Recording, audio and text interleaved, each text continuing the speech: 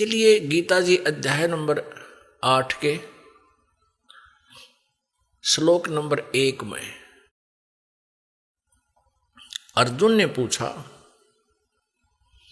कि हे प्रभु, आपने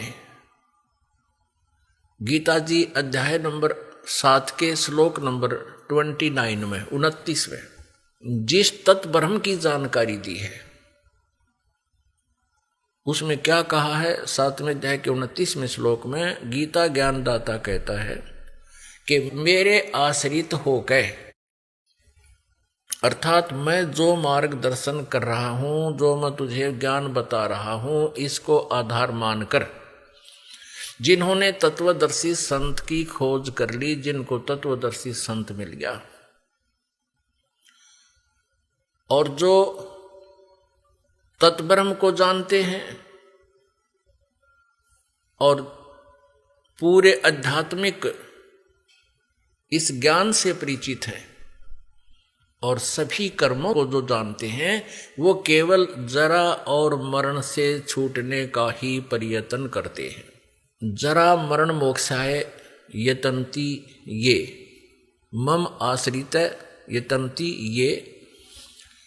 ब्रह्म तत्विदु कृष्णम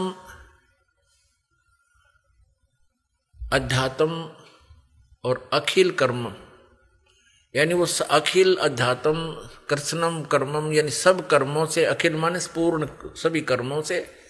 और पूरे अध्यात्म ज्ञान से और तत्ब्रह्म से परिचित हैं वो। इसका सीधा सा अर्थ है 7वें अध्याय के 29वें श्लोक का कि जो साधक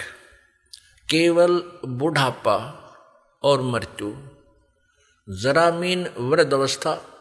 मरण माने मृत्यु, इन दोनों से छूटने का जो प्रयत्न करते हैं और जो ऐसा करते हैं, उन्होंने मेरा इस ज्ञान का आश्रय लिया है, उन्होंने तत्वदर्शी संत की खोज कर ली है और उनको फिर तत्ब्रह्म की जानकारी होगी कि वो पूर्ण परमात्मा ही पूजा के योग्य है, उसी से पूर्ण मोक्ष होगा, परम अक्षर ब्रह्म से, और वही उसी की साधना से जरा और मरण से छूट सकता है। और वो व्यक्ति उस तत्ब्रह्म से परिचित है और सारे अध्यात्म ज्ञान से, कर्म से, अध्यात्म ज्ञान से परिचित है और सभी कर्मों से परिचित है। वो व्यक्ति जो केवल जरा और मन से मुक्ति के लिए ही प्रयत्नशील है, साधना कर रहा है। अब गीता ज्ञानदाता चौथे अध्याय के 5वें श्लोक में, 9वें श्लोक में,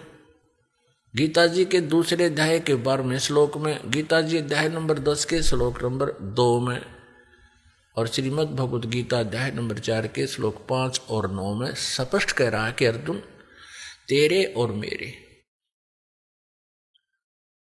बहुत से जन्म हो चुके हैं, तू नहीं जानता, मैं जानता हूं। मेरे जन्म और कर्म अलौकिक हैं।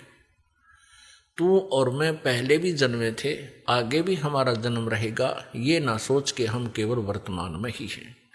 फिर 10वें अध्याय के दूसरे श्लोक में कहा गीता जी ने, गीता ज्ञानदाता ने, मेरी उत्पत्ति को, मेरे जन्म को ये देवता, ऋषि और सिद्ध नहीं जानते, क्योंकि ये सब, इनका उत्पत्ति कारण मैं हूं, ये मुझसे उत्पन्न हुए, क्योंकि ये सब काल के द्वारा ही इनका जन्म है, ये इसके पुत्र हैं। तो यहाँ गीता ज्ञानदाता 7वें अध्याय के 29वें श्लोक में कहता है कि जो जरा और मरण से छूटने का प्रयत्न करते हैं, वो उस तत्ब्रह्म से, तत्ब्रह्म माने, अब तत्ब्रह्म के बारे में अब 8वें अध्याय में पता चलेगा कौन है वो तत्ब्रह्म जो गीता ज्ञानदाता से अन्य है। तो 8वें अध्याय के प्रथम मंत्र में, श्लोक में अर्जुन ने पूछा, किम तत्ब्रह्म,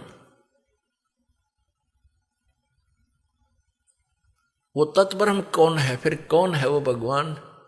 जिसको जानने के बाद फिर केवल जरा और मरण छूटने का प्रयत्न करते हैं? तो पुण्यात्मा 8वें अध्याय के 3 श्लोक में गीता ज्ञानदाता ने कहा कि वो परम अक्षर ब्रह्म है। इससे सिद्ध है कि वो गीता ज्ञानदाता से अन्य है। अब यहां जैसे गीता जी अध्याय नंबर 8 के और श्लोक नंबर 13 में कहा कि अर्जुन ओम इति एकाक्षरम ब्रह्म व्यवहारण माम अनुसमरण ये परियाति तजन देहम स याति परमाम गतिम। गीता ज्ञानदाता कहता है कि अर्जुन मुझ ब्रह्म का तो केवल एक ओम अक्षर है, उच्चारण करके सिमरण करने का, और जो अंश में मैं मेरा ही सिमरण करता हुआ जाता है तो मुझे प्राप्त होता है, मेरे वाली परम गति को प्राप्त होता है। और ओम नाम ब्रह्म का है, ब्रह्म की उपासना ओम की साधना से ब्रह्मलोक प्राप्त होता है। अब ब्रह्मलोक पर्यंत 8वें अध्याय के 16वें श्लोक में कहा कि ब्रह्मलोक पर्यंत यानी ब्रह्मलोक तक भी गए हुए प्राणी फिर पुनर्जन्म में आते हैं, उनका पूर्ण मोक्ष नहीं होता, जरा और मरण से छुटकारा नहीं होता।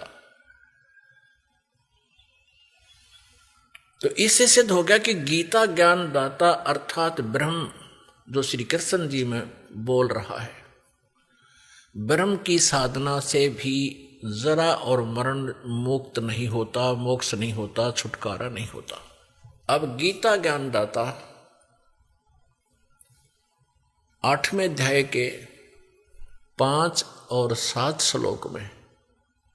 कहता है कि तू मेरा भजन कर, मेरी भक्ति कर, युद्ध भी कर और मुझे ही प्राप्त होगा।